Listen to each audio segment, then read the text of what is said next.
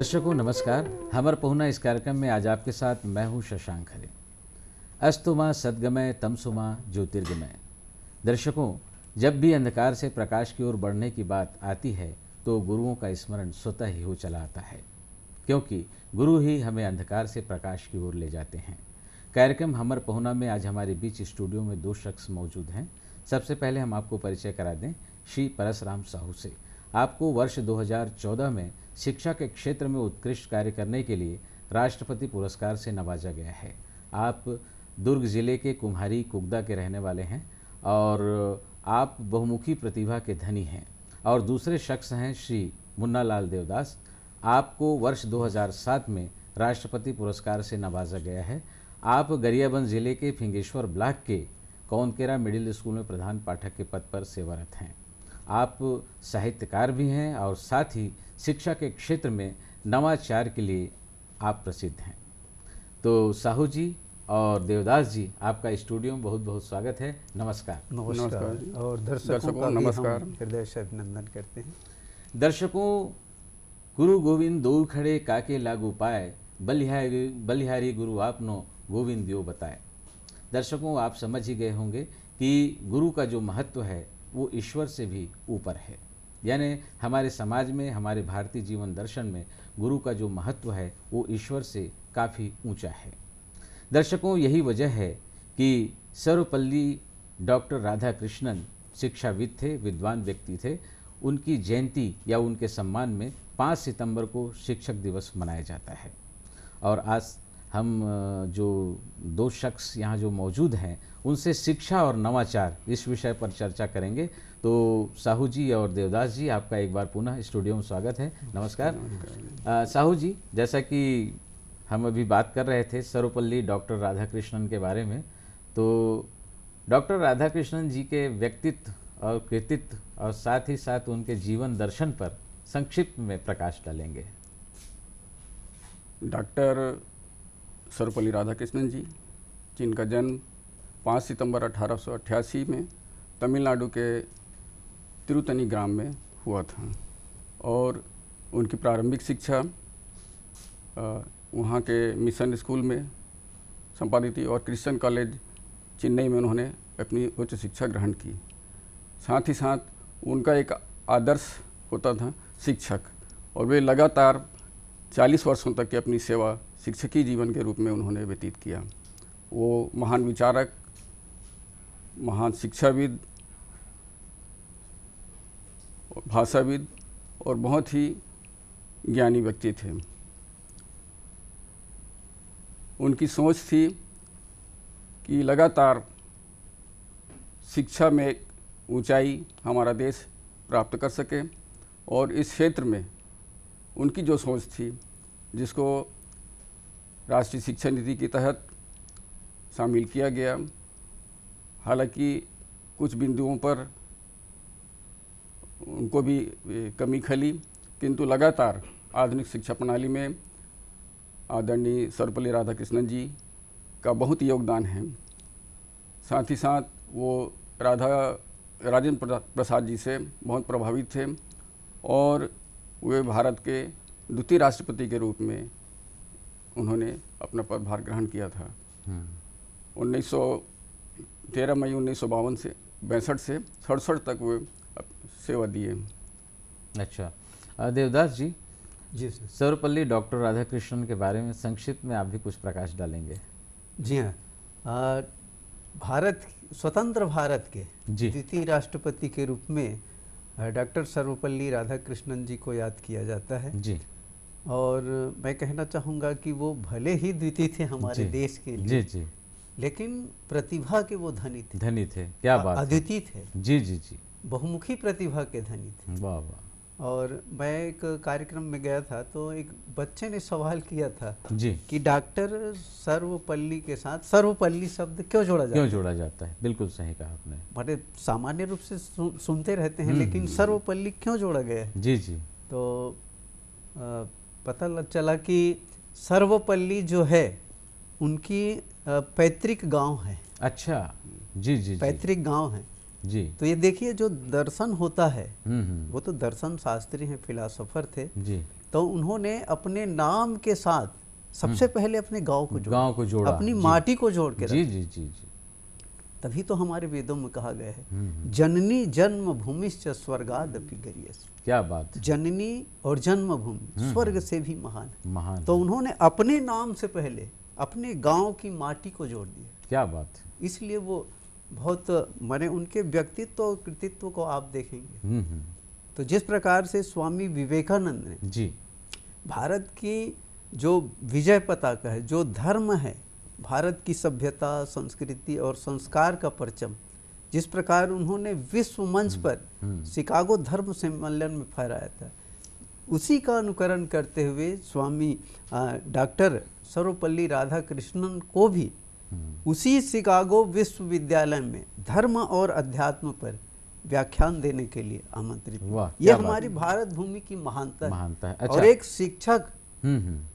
एक शिक्षक जो शिक्षक के साथ राष्ट्रपति बन के पूरे राष्ट्र का प्रतिनिधित्व अंतरराष्ट्र में किया, तो हम उनको बहुत श्रद्धा प्रणाम करते हैं। बिल्कुल सही कहा साहू जी। शिक्षा के बगैर सर्वांगीण विकास जो है वो अधूरा है। कोई भी समाज तभी विकास करता है जब शिक्षा पूरी तरह से समाज में लागू हो और एक एक व्यक्ति साक्षर हो। तो हम आपसे ये एक सवाल पूछना चाहते हैं कि वर्तमान शिक्षा प्रणाली, एक समय में जब गुरुकुल था तो गुरुकुल, वर्तमान शिक्षा प्रणाली और अब समय के साथ ऑनलाइन शिक्षा की बात भी आ गई है, तो आप किस तरह का इसमें अंतर देखते हैं या प्रभाव देखते हैं? बहुत सुंदर प्रश्न किया खरे जी। गुरुकुल जैसा नाम है जी, गुरु का मतलब होता है आचार्य, और कुल माने विद्यार्थी जो रहते हैं वो एक परिवार के रूप में। गुरुकुल एक ऐसा परिवार था जहाँ पर शिक्षा के साथ साथ समानता, व्यवहार, नैतिक शिक्षा, धर्म की शिक्षा, संस्कार और अस्त्र शिक्षा भी दी जाती थी। जी जी। यदि विपत्ति के समय यदि कुछ आवश्यकता पड़े तो हम देश के लिए अपनी सेवा दे सकें। तो गुरुकुल में यह शिक्षा बहुत पुरानी है और बहुत ही कारगर साबित हुई थी। आधुनिक शिक्षा पश्चिमी शिक्षा प्रणाली से प्रभावित है, जिसमें हमने देखा कि विभिन्न तकनीकी माध्यम के द्वारा जी बच्चों को इस प्रकार से तैयार किया जा रहा है कि उनकी मेमोरी पावर इतनी अधिक है। आज हम देखते हैं कि हाई परसेंटेज बच्चा ला रहा है, 99% तक बच्चा ला रहा है। तो ये संभव तकनीकी पद्धति के ही कारण से संभव हो पाया जी। मगर एक पक्ष हम दूसरा पक्ष देखें इसका, वहाँ पर व्यावहारिकता की हमें कमी महसूस होती है आधुनिक शिक्षा प्रणाली में जी। और विगत दिनों जो कोरोना महामारी आई और उसने हमें ऐसा सीख दिया कि हमको ऑनलाइन शिक्षा जो आज पद्धति अपनानी पड़ी। बिल्कुल सही कहा। आज हमको वो ऑनलाइन शिक्षा पद्धति अपनानी पड़ी जी। उसमें भी बहुत सारी कठिनाइयों के बावजूद भी हमारे शिक्षकों ने, हमारे छत्तीसगढ़ में ही मैं कहना चाहूँगा कि मोहल्ला क्लास, अंगना में स्कूल, लाउड स्पीकर के माध्यम, कोई मोटरसाइकिल जी जी में जाकर पढ़ाया करता है। तो इस प्रकार की नवाचार को किया जी। देवदास जी, वर्तमान शिक्षा पद्धति, साहू जी ने जैसा कहा कि तब्दीली बहुत आई और हमारी जो वर्तमान शिक्षा पद्धति है वो पश्चिमी शिक्षा पद्धति से बिल्कुल प्रभावित है। आप किस तरह की शिक्षा की वकालत करते हैं, किस तरह की शिक्षा की हिमायती हैं? और अभी जैसे कोरोना काल की बात चल पड़ी, तो कोरोना काल में आपने बच्चों को शिक्षा से जोड़े रखने के लिए क्या नवाचार किया? बहुत बहुत धन्यवाद, बहुत अच्छा प्रश्न किया आपने जी। जैसे कि साहू जी ने कहा पश्चिमी शिक्षा और भारतीय शिक्षा, मैं तो ये कहना चाहूँगा, ये मेरा व्यक्तिगत मानना है कि परिवर्तन प्रकृति का नियम है। बिल्कुल है, परिवर्तन प्रकृति का नियम है जी। और यदि हम परतंत्र भारत में जिस प्रकार की शिक्षा पद्धति थी और आज वर्तमान में जो शिक्षा पद्धति है, तो शिक्षा प्रणाली जी परिवर्तन के साथ बदलते रहना जरूरी। वाह, क्या बात है। यदि आप परिवर्तन के पक्षधर नहीं रहेंगे जी, तो बहुत पीछे हो जाएंगे। और ये तो व्यक्ति की बात है। और शिक्षा जो है व्यक्ति, समाज, परिवार, राष्ट्र और अंतर्राष्ट्र सबके आधारशिला है। आधारशिला है। तो मेरा जहाँ तक मानना है कि बदलते हुए परिवेश में हमारी जो शिक्षा प्रणाली है उनको भी रोजगार, अब तो जरूरत है रोजगार की, है ना, तो रोजगार उन्मुखी हो, आत्मनिर्भरता की ओर हो, ले जाए, हम स्वावलंबी बन सकें, जी। ये हमारी शिक्षा होनी चाहिए। नहीं, ठीक बोला। तो कोरोना काल में आपने जो बच्चों को शिक्षा से जुड़े रखने के लिए, पढ़ाई से जुड़े रखने कुछ नवाचार किए हैं, कुछ उपाय किए हैं? जी हाँ, जी हाँ।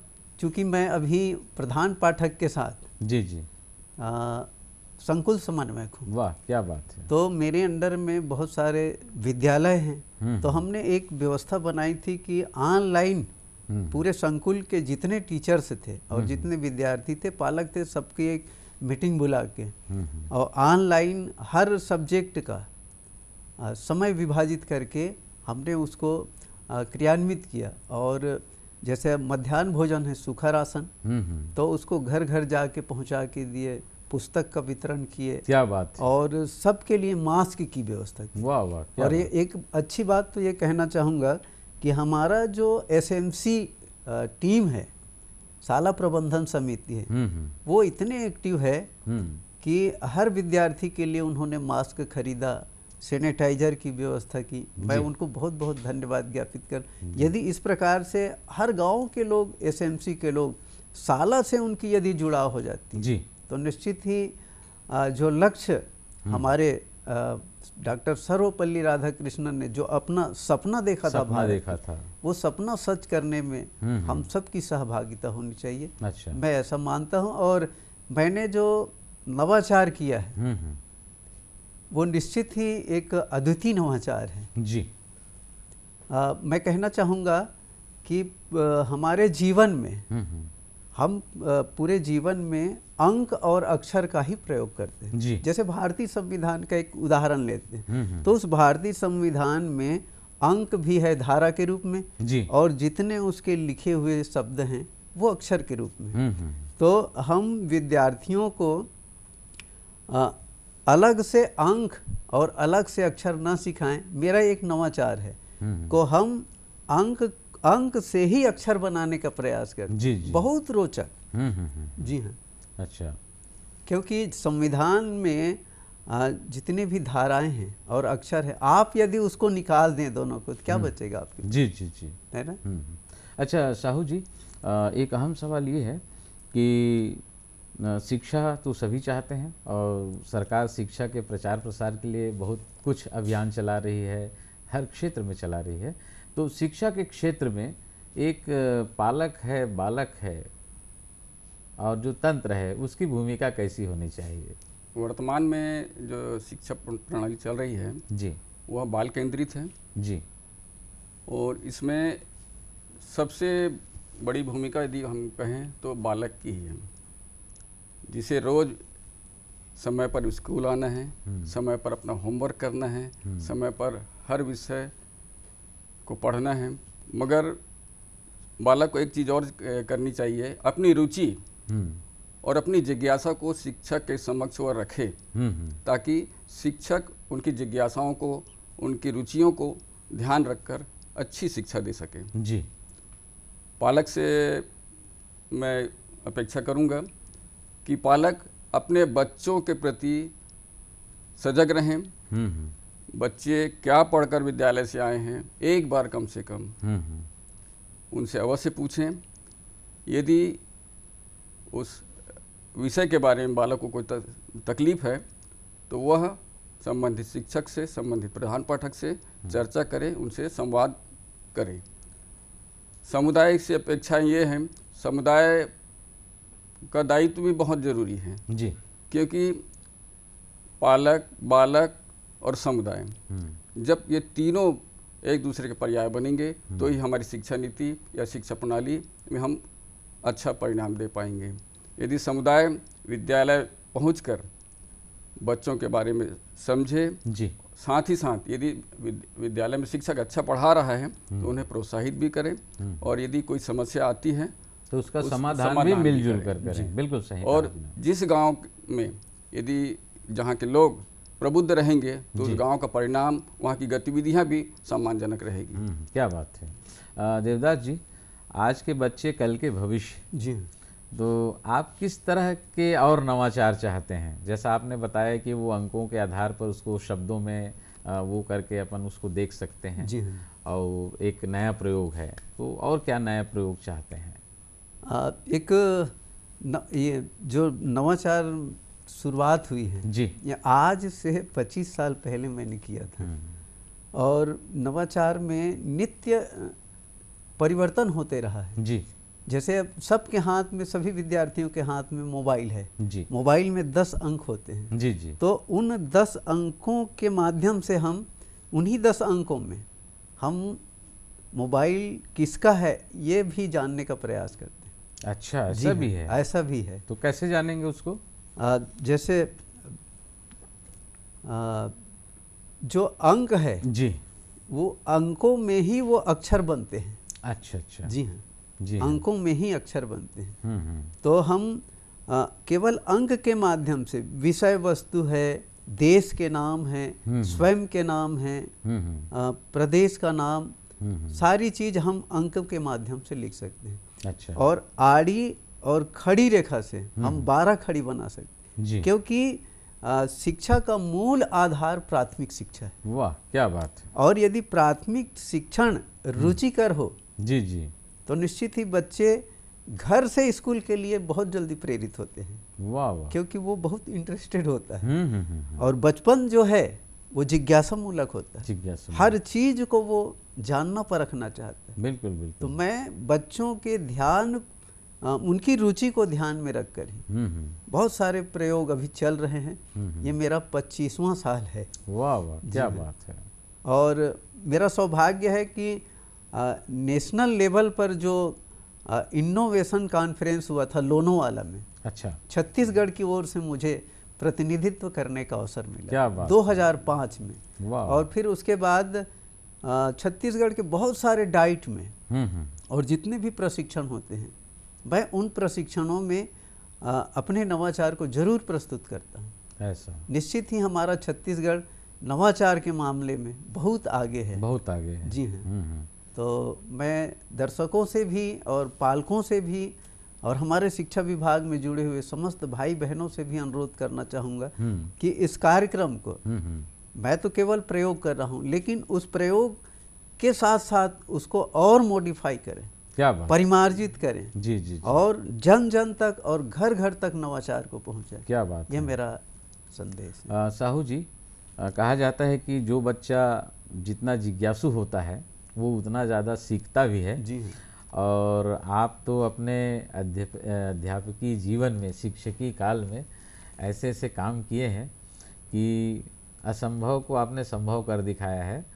ख़ास तौर पे दिव्यांग बच्चे हैं, उनके शिक्षण को लेके आपको जो टास्क मिला था उसको आपने पूर्ण किया है। और ये सब उत्कृष्ट कार्यों की वजह से ही आपको राष्ट्रपति पुरस्कार मिला है। आप बताइए, दिव्यांगों के लिए आपने क्या विशेष काम किया है? कोई भी बच्चा जन्म से दिव्यांग नहीं होता जी। हमारी भावनाएं ही मतलब ऐसी हैं कि हम उनको दिव्यांग बोलते हैं। मैं तो कहता हूं वो परिपूर्ण है जी। और यदि उनका एक अंग में यदि कमजोरी है तो वह उसका सिक्स सेंस पावर बहुत अधिक होगा। मैंने उन बच्चों के लिए अच्छी शिक्षा दे सकूं, इस क्षेत्र में मैंने प्रयास किया। और मैंने विशेष रूप से एक प्रशिक्षण लिया मूक बधिर बच्चों के लिए। उसका एक कोर्स होता है भोपाल से, उसकी परीक्षा मैंने दी सिर्फ इन बच्चों को क्लासरूम में जोड़ने के लिए, सामान्य बच्चों के साथ में उन्हें कैसा जोड़ा जाए जी। क्योंकि हम देखते हैं कि जो मूक बधिर बच्चे होते हैं वो कुछ शरारती ज़्यादा होते हैं। शरारती होना बुरी बात नहीं है यदि शरारत नहीं होगी तो बच्चे सीखेंगे नहीं। बिल्कुल। उसका कारण क्या होता है, हम शिक्षक उनके ऊपर ज़्यादा ध्यान नहीं देते, इसलिए वो शरारत करके अपनी ओर हमारा ध्यान आकर्षित करते हैं। जी। तो मेरे साथ भी एक ऐसी घटना हुई, जिस विद्यालय में मेरी पोस्टिंग हुई आज से 15 साल पहले। वहाँ एक दिव्यांग बच्चा था और रोज़ झगड़ा करता था। तो मैंने उसकी भावनाओं को समझा और उससे ऐसा व्यवहार बनाया उसकी भाषा को समझा और लगातार उससे वार्तालाप करते गया।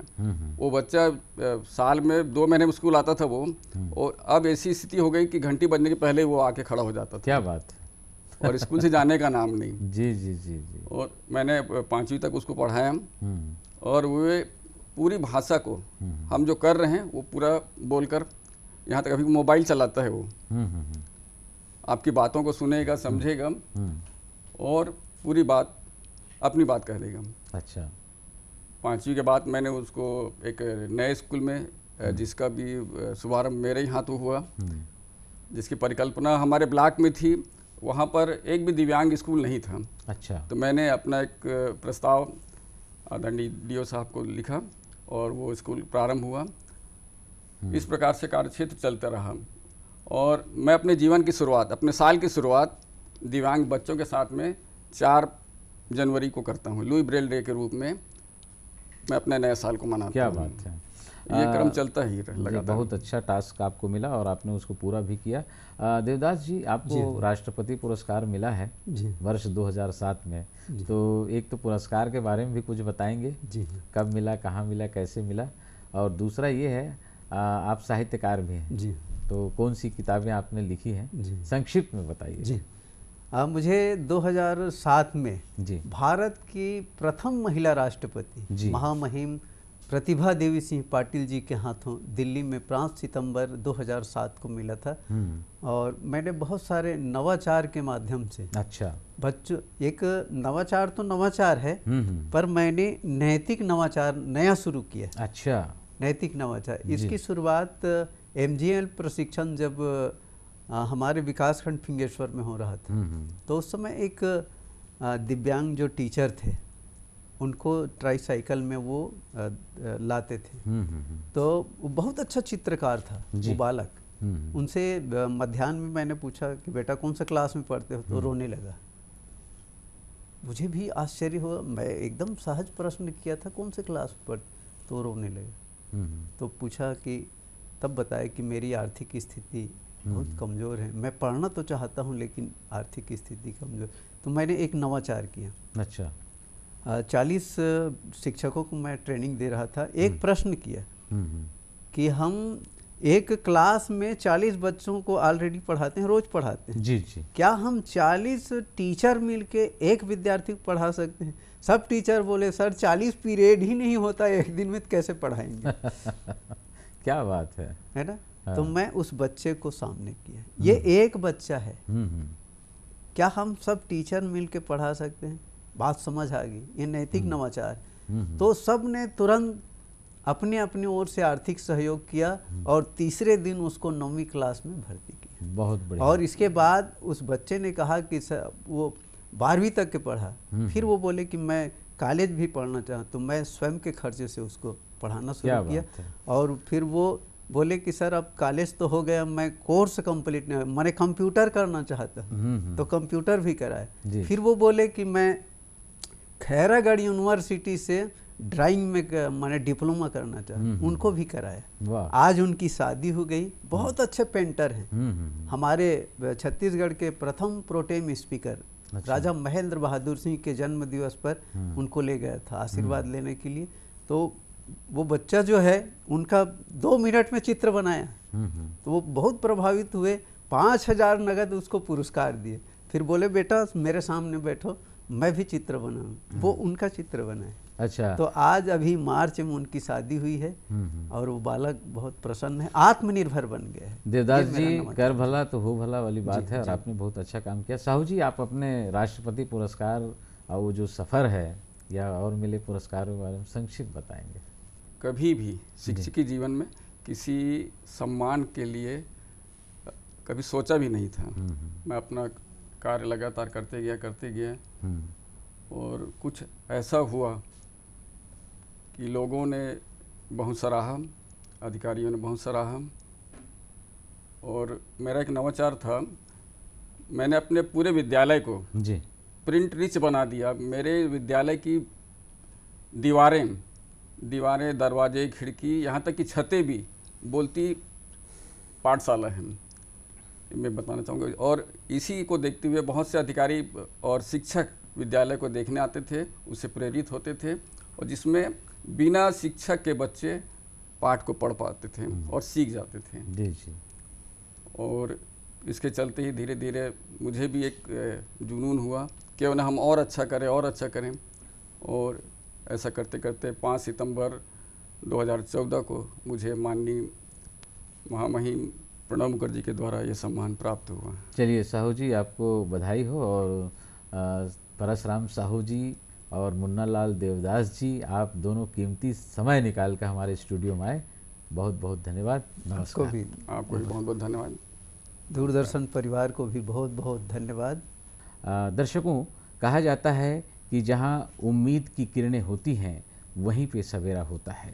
तो अब अगले एपिसोड में किसी नए पहुना के साथ फिर हाजिर होंगे। तब तक अपने दोस्त शशांक खरे को दीजिए इजाज़त। नमस्कार।